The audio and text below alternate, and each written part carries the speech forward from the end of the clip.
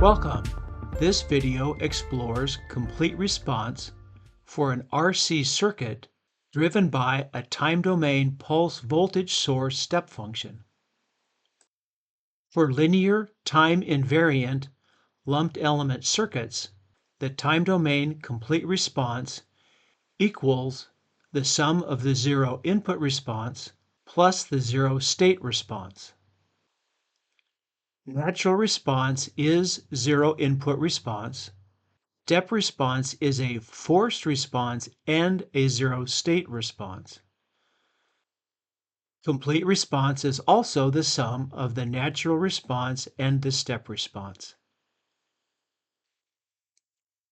Here we see the decaying exponential natural response of a parallel RC circuit due to the initial condition capacitor voltage V sub C naught.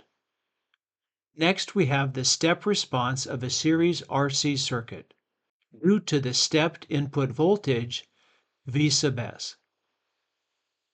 This is the equation for the series RC complete response Vout, the sum of natural and step responses. This Q-SPICE circuit simulates RC complete response.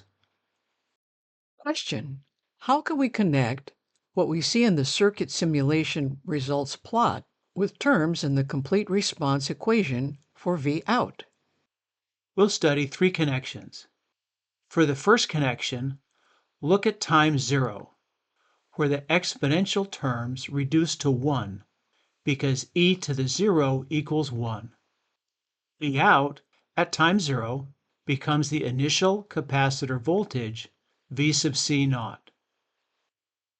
Thus, the first connection between the equation and simulation results is that the value of the output signal Vout at time 0 taken from the node with the initial condition capacitor voltage is the value of the initial condition V sub C naught, half a volt in this example.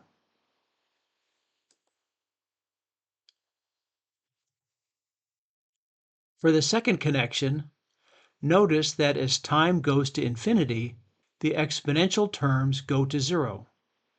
The output voltage Vout, as time goes to infinity, becomes the steady state DC value V sub S of the input voltage source. Thus, for the second connection between the equation and the simulated results plot, we can see how the red output voltage signal for Vout asymptotically approaches V sub S, the on value of the pulsed voltage source, 1 volt in this example. For the third and final connection between the equation and the complete response signal plot, let's rearrange the terms of the complete response equation. First, multiply out the step response term in the complete response equation. Next, group the exponential terms. This new arrangement separates the transient response from the steady state response. We see in the transient response term of the RC complete response equation the difference between the initial condition voltage and the input voltage V sub S. Thus, the third connection between the complete response equation and the simulated complete response output signal is the vertical magnitude of the overall complete response exponential curve. To further illustrate complete response, let's change the value of the initial condition capacitor voltage V sub C naught from plus 0.5 volts to minus 0.5 volts. This changes the starting value of Vout to minus 0.5 volts. This new value for V sub C naught also changes the difference, the vertical voltage magnitude, between the starting value of Vout and the final value of Vout. Quiz question. For the schematic and graph shown, what are the values of the voltage source on DC value and the capacitor initial condition voltage?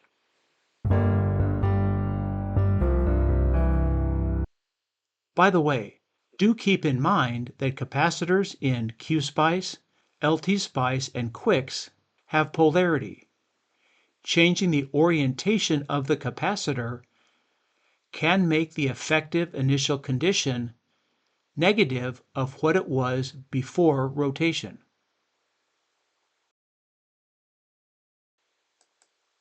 Back to the quiz. Yes, the starting value of Vout is the capacitor initial condition voltage, V sub C naught of 0.3 volts. The pulse voltage, the steady state DC value of the input voltage source, is 2 volts. The circuit simulations that we have seen so far simulate the textbook definition of natural response using an initial condition, and the textbook definition of step response using an input signal V sub S starting from 0. Question. How might we encounter complete response in practical circuit applications? The input voltage source in this circuit starts at 0.5 volts rather than 0. This means that the input is not a step function from 0 volts to 1 volt, but the 0.5 volts DC charges the capacitor without using an initial condition.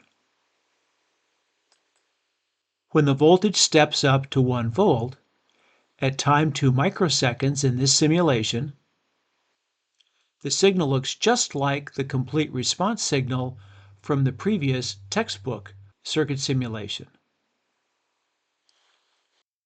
For more technical background and insight on step response and natural response, please see this book, First and Second Order Circuits and Equations, available from John Wiley & Sons. Thank you for watching and learning with us.